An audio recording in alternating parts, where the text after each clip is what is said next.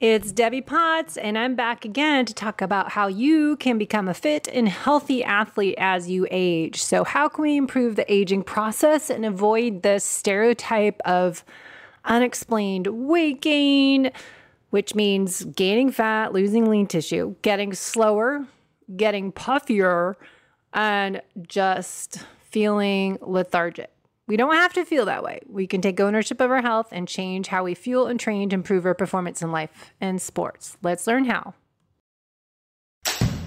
Welcome to the Low Carb Athlete Podcast, where we focus on discussing topics to help you burn fat, optimize health, and improve performance in life and sports. Transform the whole you from the inside out with the holistic method. Let's dive in. Here's your host, Debbie Potts. Hey, are you an aging athlete? Are you over 40 and struggling to get your desired results?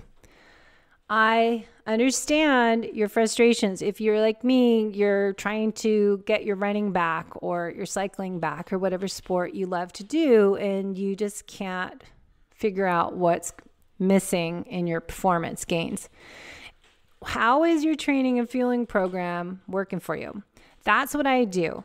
I personalize your nutrition and health program for you based on a bunch of different things. We collect data, collect clues from nutritional therapy assessment, from a food log with symptoms. Look at your genetics. If you've done something as DNA Fit, look at blood chemistry panels. Let's look at functional lab tests as a Vibrant Wellness wheat zoomer to test if you have leaky gut and sensitivity to wheat, peptides in foods. Look at food sensitivity labs. And Dutch tests, look at your hormones. So we look at all these hidden internal sources of chronic stress that may be impacting your ability to burn fat, improve performance, and longevity. So if you want to talk about how we can personalize your fueling, training, and performance plan, let me know. Set up a discovery call. Head to my website, debbiepotts.net, and reach out. Set up a call, and we can chat about how I can help you be the best version of yourself. So you can stop blaming the aging process and instead change your mindset that you're embracing the change, that we train differently in our 40s and up versus what you did when you're 20, 30-year-old.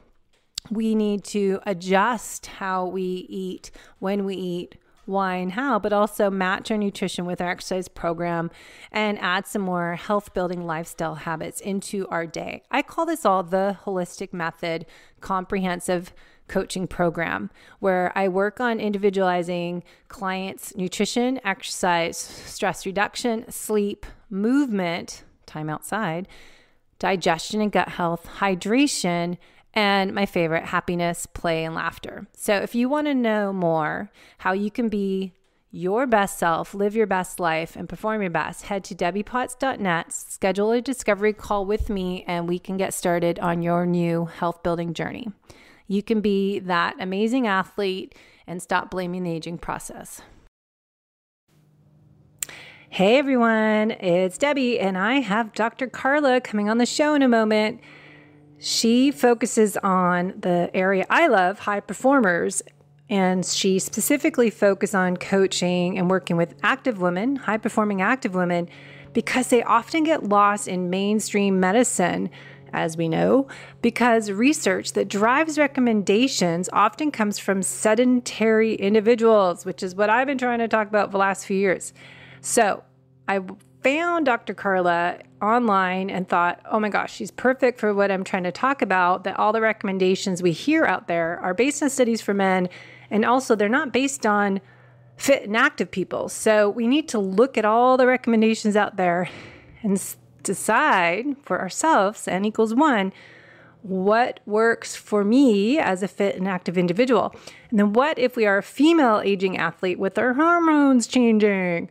So what should we do differently as a high-performing active female? So Dr. Carla will talk about this because she's been researching on this area as Dr. Stacey Sims, and talks about how female athletes are often lost in the fitness industry because most of what we know about physical performance comes from studies on males. Her mission is to bridge the gap and help high-performing active women thrive and perform through every stage of their life. Now, her expertise, if you want to know, is in reproductive medicine. She's a reproductive endocrinologist, and as a woman, is helping women's hormones through every life stage. She's also CrossFit trainer, certified nutrition coach, lifelong recreational athlete, and her focus is on those high-performing active women, as I said. So she ties it all together, does what I love to do and really individualize information and looking at how we can help improve the aging process for the fit and active female. She is also the sole author of the Menopause Health and Fitness Specialist course given through MedFit Education Foundation. She's one of 5 experts who contributed to Strong by Feisty Media, which is a strength training course for women by women for all stages of their female life and fitness levels. So you can check out her blog. Dr. Carla has a blog on online 2 options, athletic aging and one on performance edge. So check out Dr. Carla. I'll put everything in the show notes, but let's bring her on and have a great conversation. Enjoy the show. All right. My female athlete's going to love this. Hopefully we can tie some information in for the male athletes because I keep talking about, I'm trying to alternate men, women, and everybody. But I have Dr. Carla on the show to talk more about the female aging athlete because, as I just said, Dr. Carla, I am 51 something and I'm finding my body's changing and I'm trying to fight the stereotype of menopause. And as we enter those transition years, I've been talking about Dr. Stacy Sims a lot and her Menopause 2.0 program. And I found you and you're into all that. So let's have you kind of say, what's your why? What do you do? And tell us a little. Sure. Well, first, Debbie, thank you so much for having me on your show. I really appreciate the opportunity to connect with you and your listeners. My why? Well, I've been a reproductive endocrinologist for 18 years, 19, 20. I've lost track at this point. But I've also been an athlete my whole life, a recreational athlete. I've never been competitive or elite, but I've always been very avidly recreational in competitive tennis, CrossFit, various things throughout my life. So there are 2 parallel worlds that have been going alongside my medical career and my athletic career.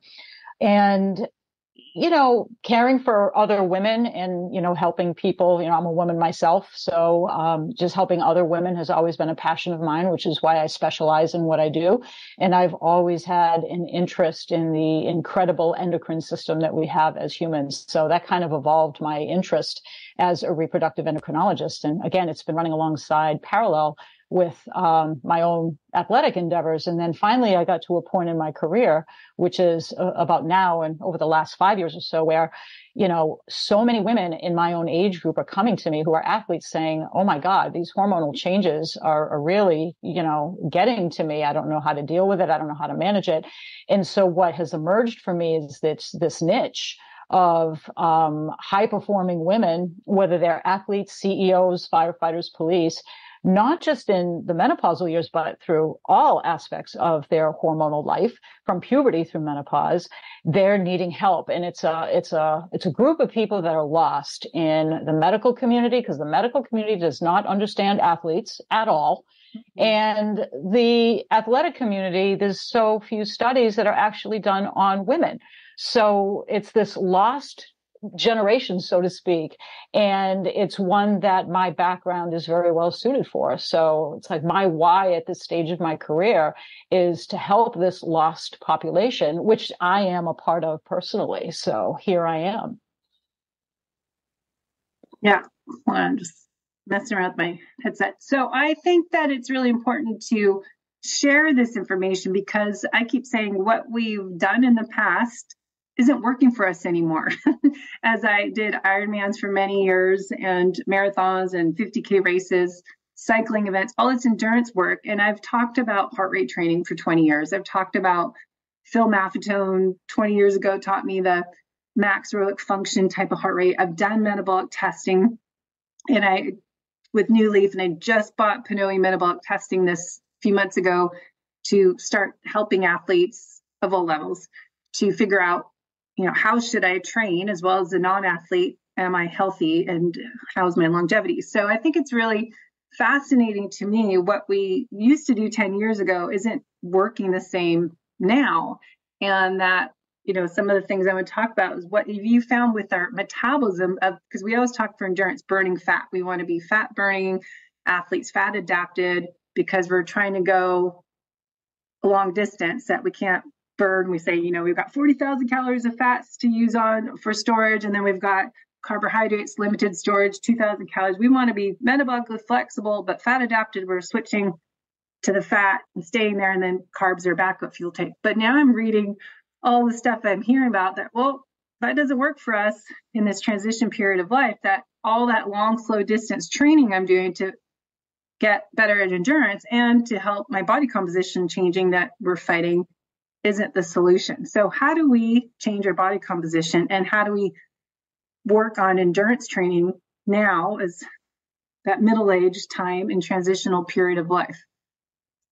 So that's a loaded question that I can spend days answering. But I think the first thing that we have to realize about this stage of life is how all-encompassing it is and what a dramatic change it is. This goes way beyond fat utilization and carb utilization. There is a whole world going on inside our bodies that's changing as a result of our hormones. I like to liken menopause as puberty in reverse, because we can all remember puberty and how awkward that was and how dramatic those changes were back then when we were teenagers.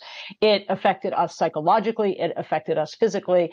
Our body composition changed at that point in time due to changing hormones. And now what's happening in the menopausal transition is that it's all going in reverse. So we're going from reproductive quiescence to reproductive competence in puberty, and we're coming from reproductive competence to reproductive quiescence. It's coming full circle in menopause. And those physical changes are just as dramatic as they were when we went through puberty long ago. So that's the first thing to realize, is that A, it's dramatic, and B, it's all encompassing. And then the second thing we have to understand is, okay, well, what does that mean for our bodies? It means mostly the two biggest things that affect athletes are muscles and bones, right? That's not the only two things, but those are two that we can at least start with, because the muscles have a lot to do with body composition. And what's happening in midlife is that estrogen levels are going down because the ovary isn't producing as much anymore. And what's also declining is the estrogen receptors on the surface of muscle cells. Now, receptors are like little antennae that pick up the estrogen hormone signal. So you think about signal and antennae. And the antennae on the muscles, they start to decline too. So when that happens, we start to lose muscle mass and efficiency of muscle function, just because these hormones are changing. And so what we need to do is we need to make an end run around this. And so I'll back up just a sec. What happens when you're losing muscle mass and muscle function is that your utilization of glucose also changes. So the skeletal muscle system is the second largest utilizer of glucose in the body, second only to the brain. And so if you have this whole system that now isn't working as efficiently, you're going to burn less carbohydrate and you're going to store more of it as fat. And so there's almost this relative insulin resistance. Stacey Sims talks about that a lot, that you will probably not pick up on a laboratory test. This is where your doctor says, oh, your hormones are normal, go home. That just happens had to to us all happen. the time. Yeah, exactly. But these changes are going on under the radar of your typical blood test. And so the first thing that we need to do is we need to keep those muscles healthy. And so how do we do that? We have to mechanically stimulate them in different ways than what we are normally accustomed to. So like the power lifter, right? I deal with some pro power lifters. Well, they're lifting weights all the time. They should be fine. Well, not necessarily. They're lifting super heavy reps. Maybe they need to do a little more volume to keep their muscles stimulated, something that they're not accustomed to doing, as opposed to their 1 to 3 rep max lifts that they're doing as part of their sport. The endurance athlete maybe has never picked up a weight in her life because she's a champion triathlete, and that's just not what she has focused on. Maybe she needs to start learning how to do squats and deadlifts and working in that 3 to 5 to 8 rep range. So the point is to do something different. You got to shake the tree a little bit to stimulate the muscles and get them working again for you, so that you mitigate that decline. And the great thing is, while you're working the muscles in this way, you're also helping the bones, because the bones are declining too at this time. And so that is probably the first big step, maintaining your muscle health, that will impact your body composition. So we talk about the fueling fat oxidation and how that changes the lipid uptake. I was trying to research, and it's hard to find, why is it so not effective to do fat metabolism, burning more fat, zone 2, and that we need to do more HIIT training. And you talked a little bit the lower estrogen, but that we can't just burn fat as we used to doing zone 2 training. It's just we have less, we're insulin resistant, we have to figure out how to get fuel into the muscle to keep us going. But we used to think, fasted workouts and just keeping the carb down. But now we're, all right, maybe that doesn't work so well. I need a little bit more carbs every hour to keep me going to burn fat, which is opposite of what we've been working on I think part of the confusion is coming to be because we're trying to paint this very broad, diverse population of midlife women with a broad brush, and saying that zone 2 is bad for all midlife menopausal women. We get into trouble because that may not be the right prescription for every menopausal woman out there. Because you think about it, there are billions of menopausal women in the world, right? They're of different ethnicities. Some are sedentary, some are pro athletes, some are power lifters, some are endurance athletes. And I can't possibly imagine one golden rule that applies to every single one of them. So I think the confusion is there because we're trying to find the one magic thing that works for everybody, and you're not going to find that. Never.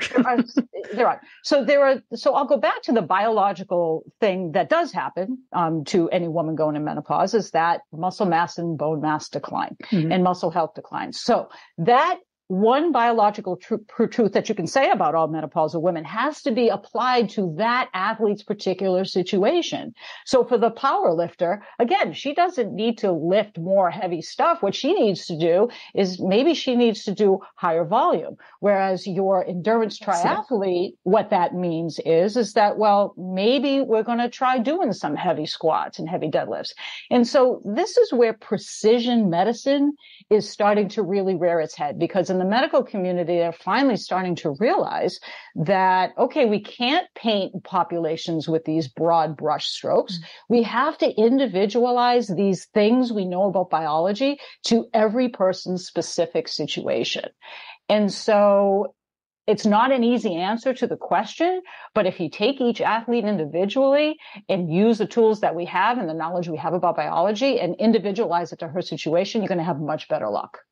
And that's why I've been listening to, I think, Peter Attia and all these different people that are big podcast influencers out there talking about longevity. You want to do zone 2. And so I started looking at it going, okay, we don't all want zone 2. Some of us have been doing it for 20 years. I don't need the long, slow distance, high volume training as a endurance athlete. I need the opposite of saying, it was always what I used to say, CrossFit people needed yoga and the yoga people needed CrossFit. We need to combine it all and have that variety and everything. So the longevity markers I keep hearing about on current podcasts is the zone 2, and that we need to do the zone kind of 5 sprint training with recovery to do longevity VO2 max as a marker of metabolic health. And for the endurance athlete, that's why I think it's great to, if we could test this, doing the metabolic testing, see, okay, where does that person need more work on? And if it shows changes in their ability to burn fat to carbohydrates as we age, I'd be interested. I wish I could have tested myself every year the last 5 years to see, is there differences, a decline in my ability to burn fat, and I have lost of my metabolic flexibility. So that just shows that I personally would need probably, the HIIT training because I'm doing the heavy lifting, but what am I not doing? Then that's why I think we need to custom people's protocols based on, okay, what are you doing now? switch it up and work on what you're not doing. Like the HIIT training, I haven't been doing as much. And so I think that's just fascinating if we could test. So do you think testing a way to see what people are doing with their metabolism or metabolic health? I think we should use whatever tools are available to us and what are relevant for a particular athlete. So, like for instance, I can take myself. I'm a CrossFit athlete.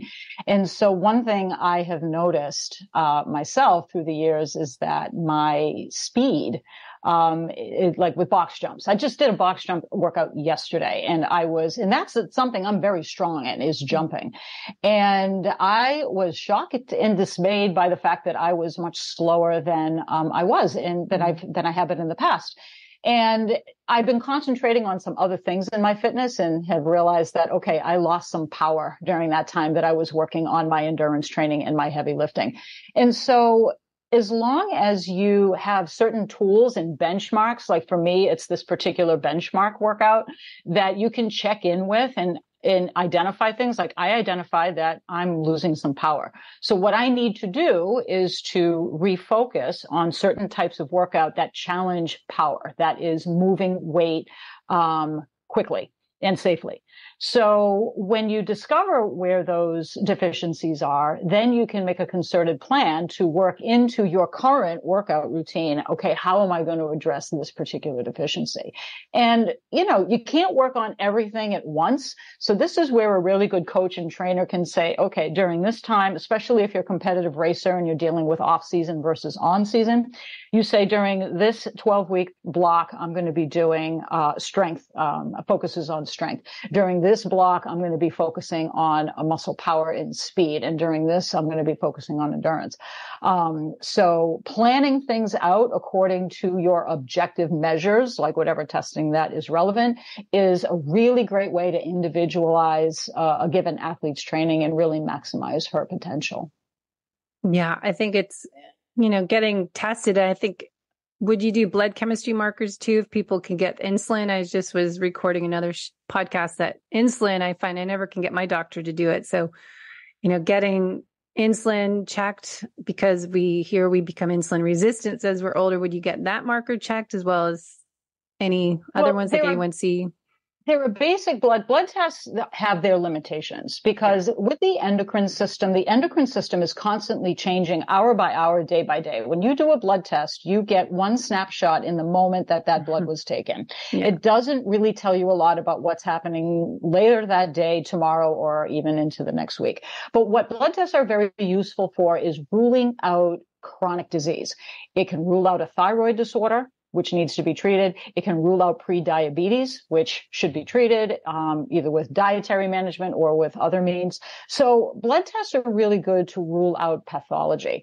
Now, you can have that relative insulin resistance, like I was mentioning before, without it showing up on a blood test. And what it just means is that my muscles aren't using insulin as efficiently now as they were when I was 30. Does that show up on a blood test? No, it doesn't. It's just my body is changing within the physiologic range, and you can't pick that stuff up. But you can notice it because when you step on the scale, you're going to notice, oh my God, my composition's changing. Or if you do the DEXA scan and you do, the muscle and the fat and the water, the whole thing that the scan does, you see differences in trends. You have to be careful. How do those numbers affect your psychology? That's a whole other psychological dynamic, but using data is very helpful to identify what's happening. Blood tests have their limitations. So I do caution people on checking blood tests to know what they tell you and what they don't tell you. Mm-hmm. Do you use like Whoop or Aura or any other metrics to track? Yeah, that's what I thought that. Yeah, I do. I think Whoop and Aura is great. And one of the reasons, particularly for midlife women, is because sleep is such an issue for most of us. Mm-hmm. And sleep is also the foundation of recovery. So recovery is huge at this stage of life because we don't recover as well as we used to. And as a consequence of declining estrogen production and loss of regular menstrual cycles, it's more of an inflammatory state that we're in. And so we have to work that much harder to stave off inflammation and to recover. So the foundation of recovery is sleep. And that is a struggle for many women because of hot flashes and other symptoms. I like the Whoop and the Aura. I've learned so much about my own sleep patterns. It's done wonders for me personally. And I help my own clients with their sleep using those two devices. What are some bigger lifestyle habits that you've done for yourself based on your sleep scores? So I noticed with my Whoop that I get the majority of my slow wave sleep early in the evening. Okay. And when I first go to bed. And at 3:00 a.m., without fail, the cortisol spikes and I am up. I've got a hot flash. I got a million things racing through my head. And I find that very challenging to go back to sleep. That 3:00 alarm goes off whether I go to bed at 10 or whether I go to bed at midnight. But what happens is if I go to bed at midnight, I've lost the opportunity for my slow wave sleep. So I have to really make a concerted effort to go to bed by 10 o'clock. If I go to bed by 10 o'clock, I'm going to get 3 to 4, sometimes 5 hours of restorative sleep. I did a residency, so I think that kind of conditioned me to get whatever restorative sleep I can get as soon as my head hits the pillow. But that's the big modification I made based on my Whoop data, was that I know that I have to go to bed early to get that restorative sleep because, when 3:00 comes along, the hormones spike and it's sometimes all over at that point. Yeah, I know. I found that I cannot eat in the evenings before bed. Totally messes my sleep if I eat. And I need to avoid, I don't drink much alcohol ever, but when I do have alcohol, it really trashes my sleep. It's my deep sleep. And I think exercising at night too, I don't do well and I don't have really good energy to do a hard workout at night. But if I do it, like I was trying different classes out, checking these gyms out, if I do 5:30 p.m. workout, horrible sleep. It just, you get all rallied up. You can't calm down and my sleep quality is bad. So I've learned, best time of day to do everything in time. How I work. I go to bed 8:00 and I get up at 4:35 in the morning because I'm an early bird, but even without alarm, I'm that way. But you really can learn more, I think, about what is your ideal day and how to schedule your day to optimize sleep. As someone, for myself, that had adrenal exhaustion and could not sleep at night, wired but tired and exhausted all the time, I really take my sleep seriously. And I know for athletes, coaching them, or everybody, if you want to get better, let's focus on your sleep. Almost sometimes you have to prioritize that first and go backwards. For sure. And I think we also, the two of us going through what helps us individually, I think that also highlights the advantage and the benefit of athletes journaling and knowing themselves. It's like if you experience brain fog during the day, well, document that. For me, it happens at 2 p.m. Why is that? What is happening at that point? Well, maybe I didn't eat lunch. And so if you can, keep a journal, of course, you don't want to be obsessive about it and be consumed by it, but you want to just keep track of your day. If there's a symptom that's bothering you, well, write down what time it happened and what was happening around that time. When it comes to sleep, when you get crappy sleep, Whoop is great with this. You can document and follow and track all sorts of things. The better you know yourself, the better your coaches and your physicians can work with you to optimize your performance. And this isn't just true for midlife women. I tell my reproductive age athletes the same thing. The better you know your menstrual cycle, the better you can train alongside it. And the more you're going to know yourself. That way, when there's a change, like if you suddenly lose your menstrual cycle, okay, what just happened? Okay, I'm training for an Ironman and I haven't increased my calories. So the more you know yourself, no matter what age you are, that's the most valuable data that anybody will ever collect. Yeah, I think men and women, it's important. So with that, with the low energy availability, I think is a big topic for women, especially female athletes that I've been trying to talk about fasted exercise last 2-3 years and intermittent fasting and taking all this information top, again, influencers, podcasters, doctors speak about isn't for the fit and active woman. And I think looking at the data for, intermittent fasting. And I know I've just recorded a podcast yesterday. I was laughing at everyone I know that's a podcaster, they're guys, and women that talk about OMAD over the years and fasting once a week and doing a 24-hour fast. And now everyone's switching, going, okay, I'm not fasting anymore. But they're all fit and active people. I think we all learned the hard way because we're trying to do what research was showing us, but we forget that, okay, we're not all the same. We're actually not metabolically unhealthy. We are healthy and we are very fit and active people, that we need to adjust the recommendations out there for the longevity, cell autophagy and all that, because we're already exercising once or twice a day and being movement and doing all that stuff. So what have you found with your area of expertise and experience with your clients with fasting, fasted exercise, intermittent fasting? What have you learned over the past few years since it's kind of evolved and now it's kind of circling back to we need to eat more protein? Sure. So one of the things that we need to realize about sex differences, and I think Stacy Sims is like she's the guru on sex differences and training and metabolism, things like that. But from a hormonal standpoint, one of the biggest differences between men and women is that women are exquisitely sensitive to energy availability.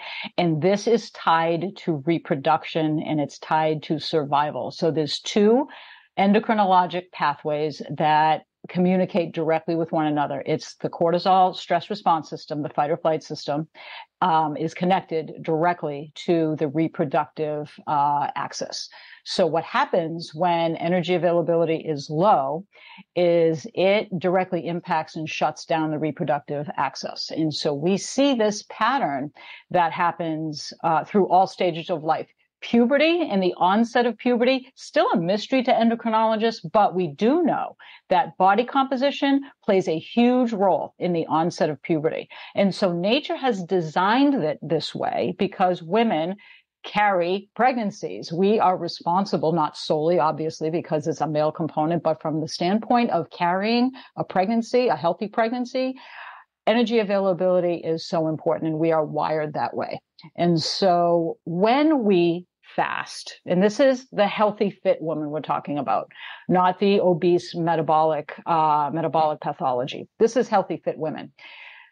Our cortisol system is working for us all the time. It's a good thing. That's what keeps us fit. That's what helps us get the personal record. You need it to survive. You need it for fitness. But you got to dial it back down, because when you dial it back down, that's when the body says, okay, there's not a famine. My periods can come. It's safe to get pregnant. That's what the body is saying, because the body is wired for procreation. That's just what it's wired to do. We don't always choose that as a route. In a civilized society, we don't have to, but we're wired for it. And these pathways are linked at the hip. And so we have to keep that in mind as we go through our lives. And intermittent fasting spikes the cortisol unnecessarily in the fit, healthy women who already is using her cortisol system to become fit and to become healthy, stronger, fitter, faster. So we don't want to tax that system any more than it needs to. Enter in midlife women whose hormones are changing through menopause. It's a more inflammatory state because things are starting to decline, the muscle mass and the bone mass. We can't take care of the inflammatory toxins the way we used to, but we still have to get fitter. So we still have to get those hard workouts in, and we still need our cortisol to work for us. But what we have to focus on more now is recovery. Mm-hmm. And so if you start intermittent fasting on top of all of that inflammation that's going on, that is going to make it that much more difficult to dial down that system and to get the recovery you need so that you can function for your next race, your next workout, and for whatever life throws your way. So that link in female physiology that is not present in male physiology is why women are so sensitive to this, and we need to be so careful, especially in active, fit women. So do you find that we need carbohydrates before we work out, or just even having some fat, or just cream in your coffee? What do you find for your athletes if they're going to do easy workout, say zone 2, or a high intensity workout? Because that's the thing. A lot of people are just getting up and working out. Are they going to perform better and have less stress in their body if we have some fuel on board beforehand? Can that just be some in your coffee? Stacey talks about the 100 150 calories of something in your coffee. You don't have to have a big meal. What do you think of the fasted versus fed morning workouts? Oh, you got to feed your morning workouts again. You think about what your workout requires of your hormonal system. Your workout requires that you spike your sympathetic nervous system, that your cortisol goes to work. If you're starving and the body is looking for fuel, that's a stress that's already there. So again, the female body is much more sensitive to this than the male's body. And so when the body needs fuel, it needs fuel. Otherwise, it thinks it's starving and it's going to shut down everything else. So I am not a believer in fasted training. I think Stacey Sims presents a lot of really great data that supports that position, especially in midlife women, but also in young reproductive age fit women. There's really not a benefit to doing that.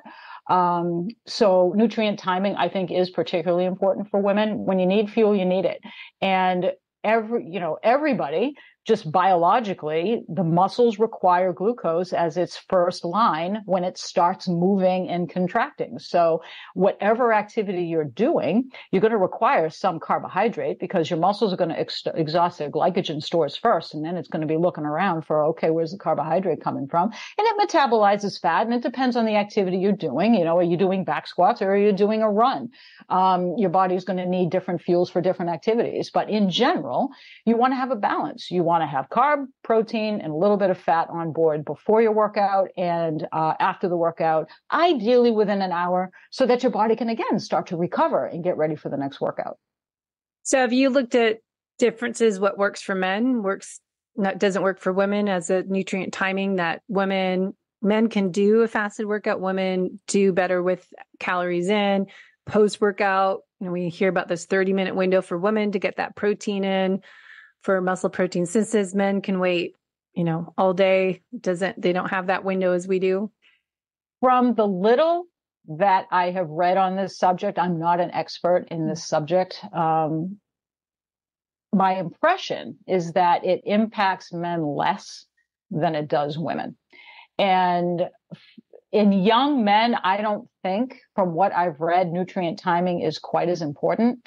But it is for women. And again, my personal opinion is that it has to do with the hormonal pathways that are linked, because women are very sensitive to energy availability just because of how we're wired.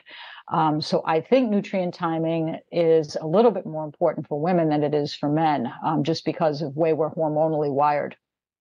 Do you measure clients' full thyroid panel and look at cortisol, like Dutch or salivary panel?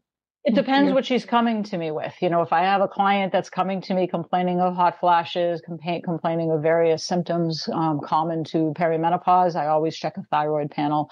I don't check a Dutch test. I don't tend to do these blanket tests unless I'm specifically looking for something.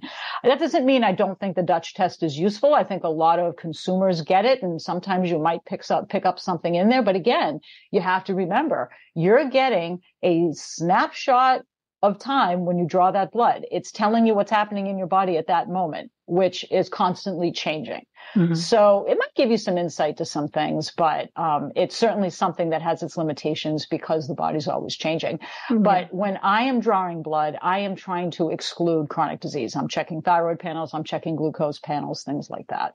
I just wonder if you see any patterns of so many female athletes doing the low energy availability LEA, struggling with, not eating enough and exercising more, that we see any relationship with low thyroid, like a low T3. Yes, absolutely. And this is particularly problematic in midlife women. And I think the reason it's particularly problematic in midlife women is because, and probably endurance athletes too, because endurance athletes, I believe, according to the 2023 consensus statement that just came out on LEA, that endurance athletes have the highest incidence of LEA when you compare them to rugby players and other types of power athletes.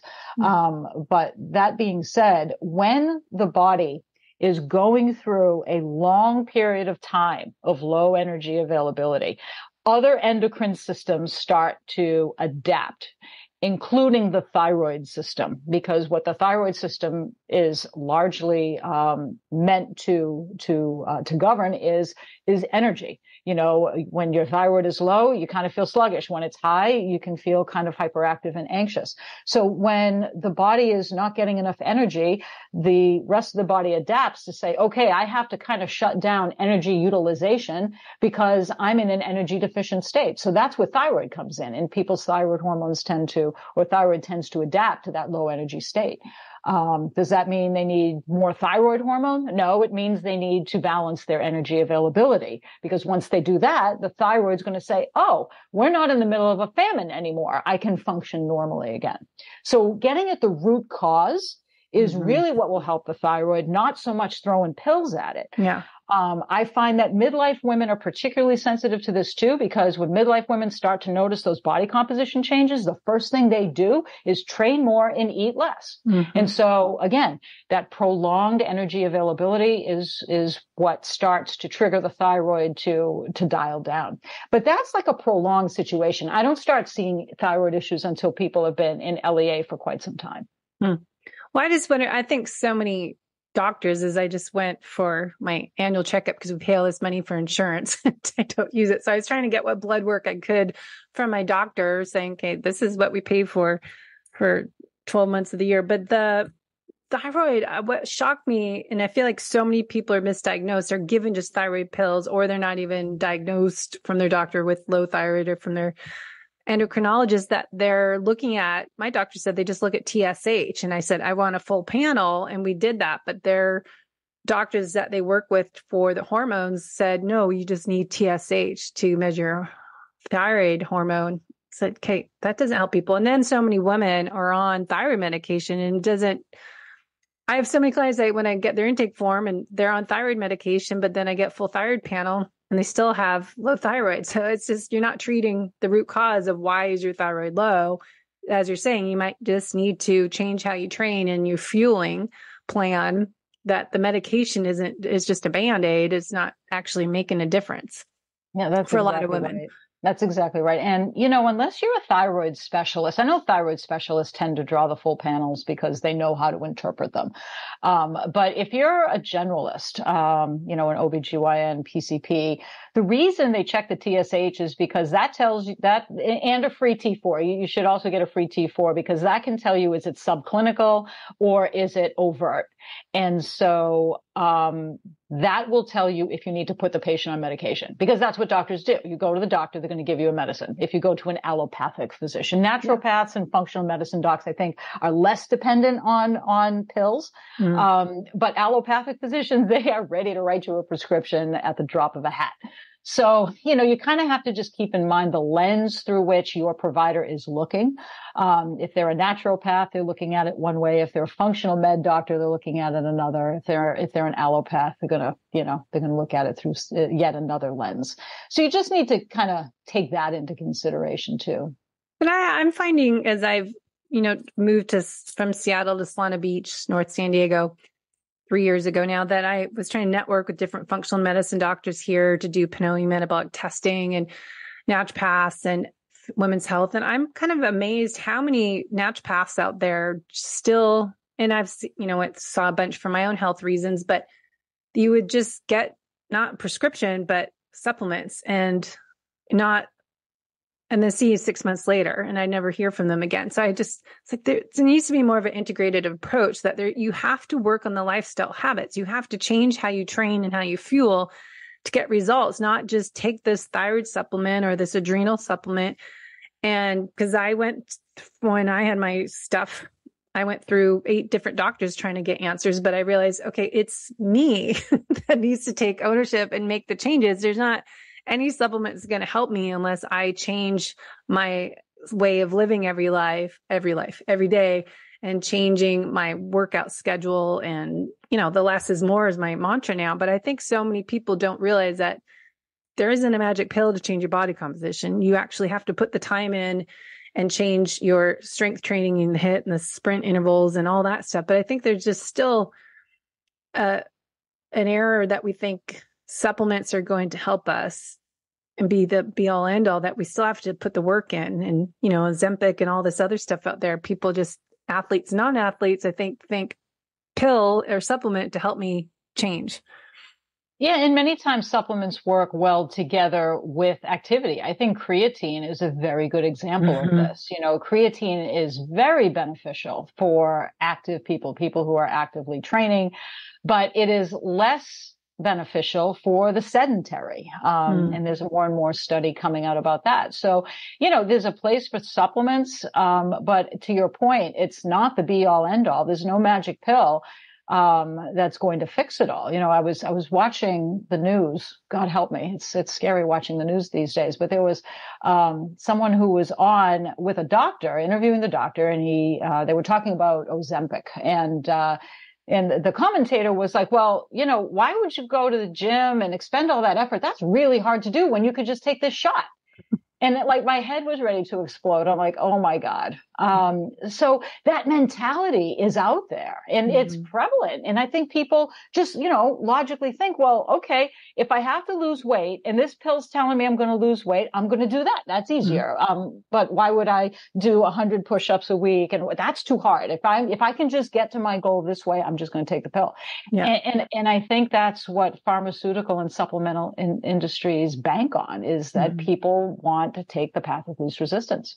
And if they can convince them that the result is the same, then that's what people are going to do. And what happens is people realize the result isn't the same, and they come to us and say, okay, I've been doing this, it's not working, I'm at a loss, I don't know what to do, and then finally can get on the right track to a sustainable, healthy lifestyle and results.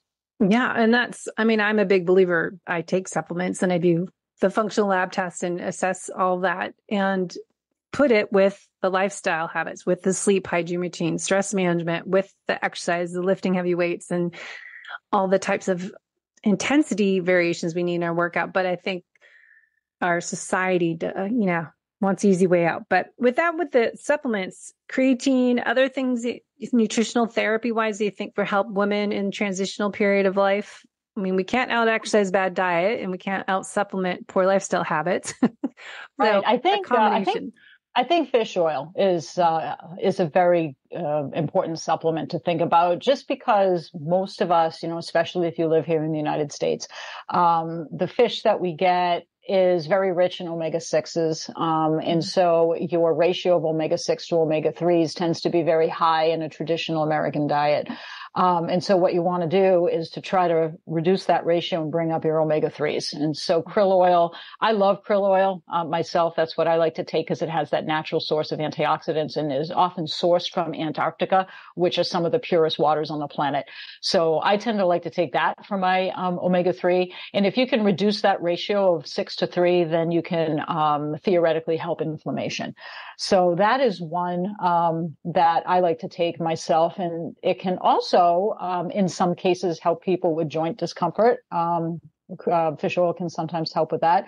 I also like collagen. I like type 1 and type 3 collagen. I add that to my protein shake every morning. We experience a lot of thinning of hair in this stage of life and joint discomfort. And sometimes collagen supplements can be helpful for that for some people. Of course, making sure that you're getting lots of fruits and vegetables and all of the natural nutrients that come with whole food. That's going to help your hair, skin, and nails more than anything. But, collagen can also give that a boost. So, creatine, fish oil, collagen. I do use whey protein powder. Those are my main go-tos for supplements. Yeah, I think those are good ones because I find there's more inflammation in the body, as you said, as we go through this low hormone phase, and I have more joint tightness and just need more mobility drills every day. That's like, oh my God, my hips, even right now, I'm just, I've got to sit up and go stretch, but it's getting the right type of mobility drills and the supplements and, movement snacks throughout the day and doing all that, not again, just taking that and thinking that's all you need to do. But it is work. And it's, that self-care is work. And I think it helps us get through the transition time. And I always say, don't blame the aging process. Oh, I'm getting older, this is how it's going to be, is my point. I try to make every show that, okay, if we can do the stuff now, here are the tools put them in your toolbox and pull them out when you need them, and realize that you can enhance the process and thrive every day and not struggle when you're 70, 80, 90, 100 years old. Absolutely. And to that point, we have to be adaptable too, especially if you're 40 years old and things are just starting to happen. It's like, okay, you do the work, make the changes, but also know that at 45, you may have to reassess again, because you may start to say, okay, what's working now, what was working at 40 is not working at 45. Then it's like, okay, now 50 comes. And it's like, oh man, I got to go back to the drawing board again. So it's an evolution. Because perimenopause into menopause can last 6 to 8 years, if not longer. We have to constantly be willing to adapt our lifestyle to accommodate what changes we're experiencing at a given time. And that's going to be different for everybody. Now, adapt reminds me of adaptogens or hormetic stressors, which are on my list, like hot, cold therapy, doing adaptogens. Should we do the acute stress hormesis to help us adapt and get stronger? How would you suggest becoming more adaptive? I think the best stress relief is mindset, yoga, mobility work, and tissue care. That's where I start in terms of dealing with inflammation and dealing with, the wear and tear of training. That's where it begins. Other things that can help that. And again, there's no magic pill that's going to make you recover. You have to do all of that other work. You have to figure out the sleep. You have to figure out the tissue care, what works for you. I like ashwagandha. I think ashwagandha has a long-rooted history in Ayurvedic medicine, and I think it's the real deal. Stacey Sims does talk a lot about ashwagandha along with other adaptogens, so I think they can be helpful, again, augmenting the foundation, which is the good habits. I'm definitely a proponent of that, but not as a be-all, end-all, as an augment, as a supplement to what your lifestyle habits are. Well, that's what I keep trying to express. Yes, we need more intervals, sprint interval training, but I'm afraid the high performer, what do we think? More is better. So if I tell someone you need to do more sprint training, they're going to do it every day. So it is, thinking, okay, I'm supposed to change my body composition. I'm supposed to do HIIT trainings and sprints and heavy lifting. So they're going to do that every day, twice a day to get results. So we have to remember the recovery to repair and rebuild. That's when we get stronger, giving, do you do 2 days hard, 2 days easy, and, tracking your recovery so when your body's ready to go again. But I think it's thinking that, all right, I'm going to do more of that stuff, trying to get results, which will backfire probably again. You have to recorrect. Yeah, it's all individualization. It also matters if you're off season or on season. I have a lot of athletes that train very differently when they're leading up to a race. If they're like, I used to work with a swimmer from Europe, and she was, holds world records. She's amazing. And, I know nothing about swimming. I can barely swim myself, but I can help her on the off season. And so that's where we did most of our work. But when it came time for her to do her open water swim competitions, that's where I take a step back and say, okay, we're not going to be do a lot of heavy deadlifting right now, because you got to focus on those swims. And really the way you focus on swims is by swimming. So, you have to change depending on your sport and depending on what the race schedule is. You got to train for that. And then you got to use your off season as a way to round out the rest of your fitness. And what on the supplement, I also was going to ask about hormones. Are you bioidentical hormone replacement person, or do you think we should take some progesterone, estrogen, or DHEA? Do you work in that area? Oh, that's my forte. I'm an endocrinologist. I prescribe more hormones than most people on the planet. So it's different for everybody. So I think we need to define what bioidentical is, because I think there's a misconception about what that means. What bioidentical hormones are is a hormone that is the exact same chemical structure as the hormone that's secreted by the body, by the ovary. That is estradiol for estrogen and micronized progesterone for progesterone. Those are the bioidentical hormones. Now, there are plenty of FDA-approved bioidentical hormones if you're here in the United States. Bioidentical does not mean your naturopath is going to put together a voodoo concoction that they based off of your specific blood test that took a snapshot of time in 1 millisecond second of your day. That's not bioidentical. What bioidentical simply means is the chemical structure of the hormone you're getting is same as the native hormones that your body produces. And so to answer your question, yes, I use bioidentical hormones that are FDA approved. For some women who I treat with testosterone therapy for various indications, there is no FDA approved testosterone product for women. So I use a very reliable compounding pharmacy that I've been using for years as a fertility specialist that I know is reputable and PCAB certified. So I will use bioidentical testosterone that's compounded for women who need it.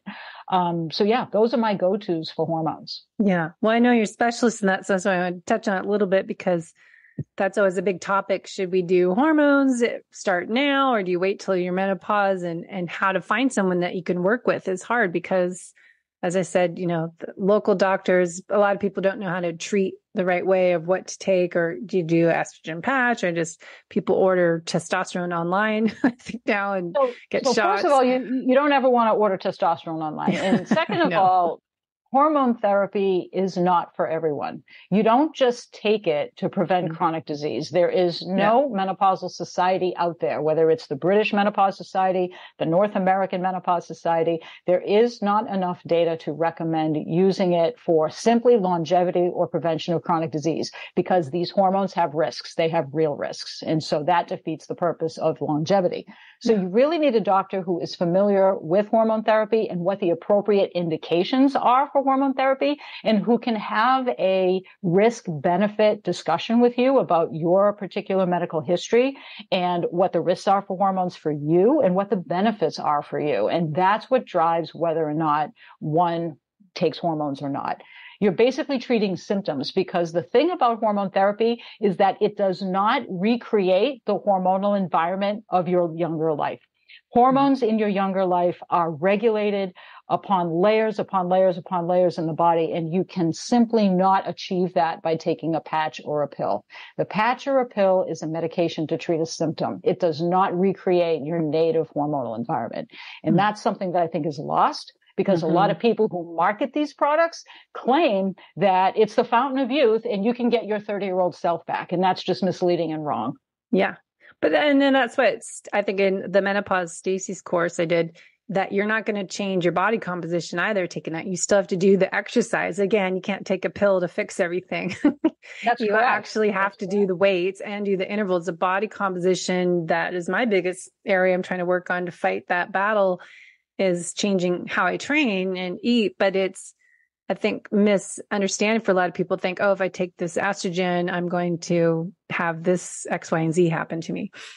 Yeah, I mean, there's data out there too that has shown that hormone therapy makes it more difficult to lose fat.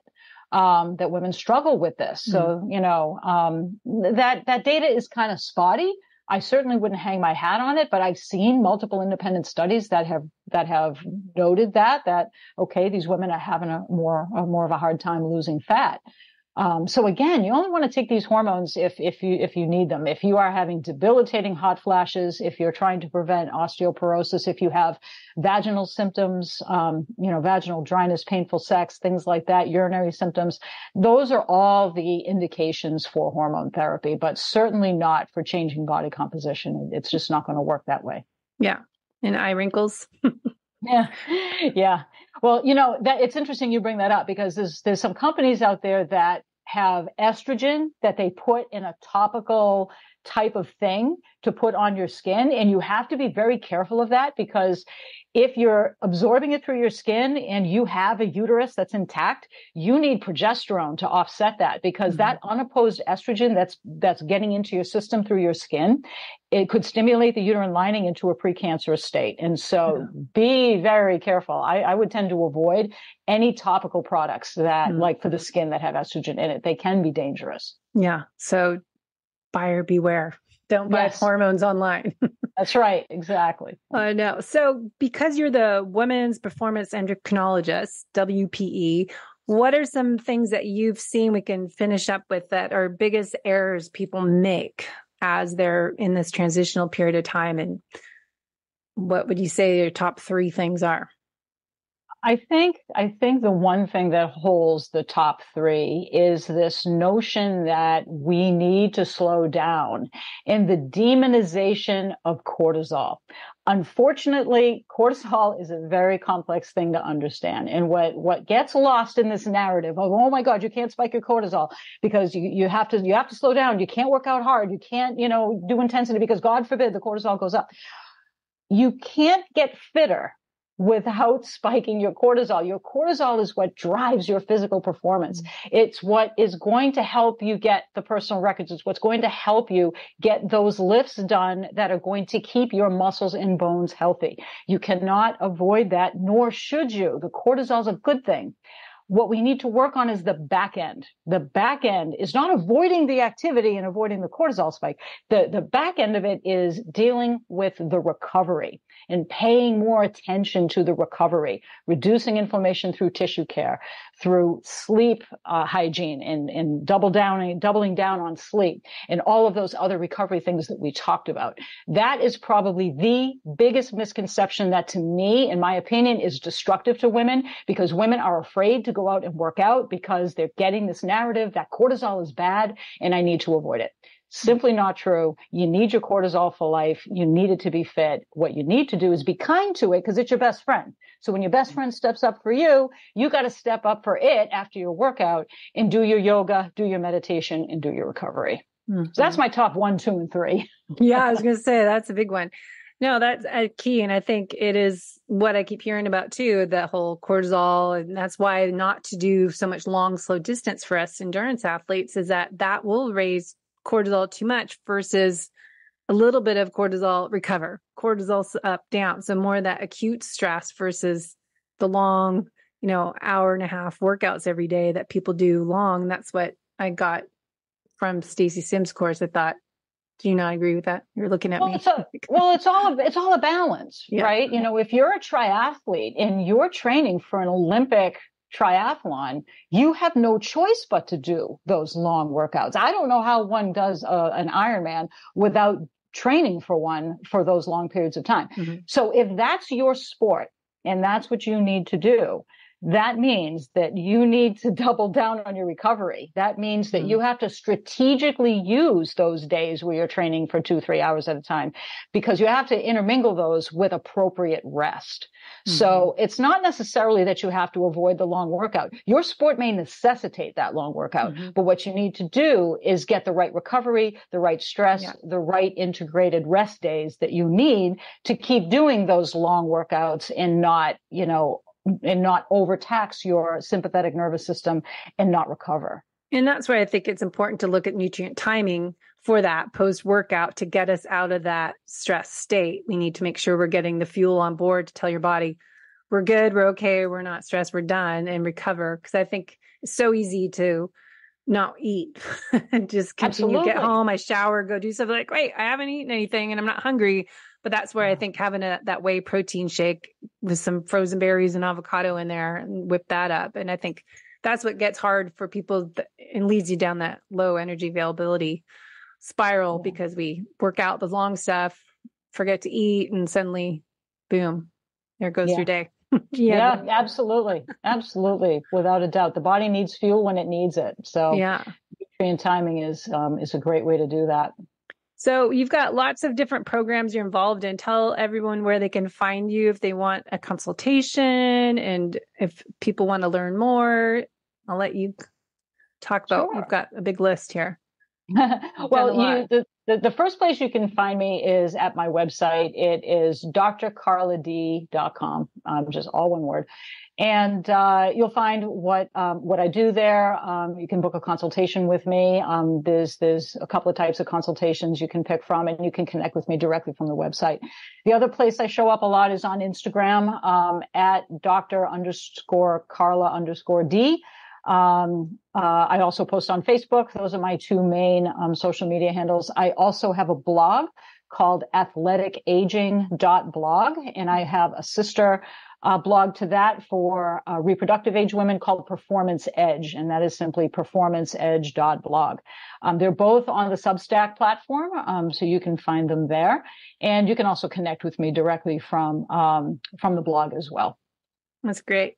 Yeah, that's kind of what I find as, again, I think it's personal reasons, but into this improving the aging process and Live Simply Ages and how to improve it for men and women, but we're the aging athletes and what we can do about it, I think is important for the men as well, because we want to not be crippled from overtraining when we're older and not being able to walk properly because you ran too much and limping around. So amazing. So thanks so much. You're very passionate and very educated. And I think, we need more people out there to help athletes, female athletes specifically, because we are so unique and there isn't one size fits all. And it is a personalized program. So everyone that listens to all this stuff on podcasts and blogs needs to remember it's N equals 1. We're all so different that it's hard to say everyone do this way, but that's what you're great at, kind of clarifying what you need to do and find that path for someone. Absolutely. Well, thanks for having me, Debbie. It was a pleasure. Thanks.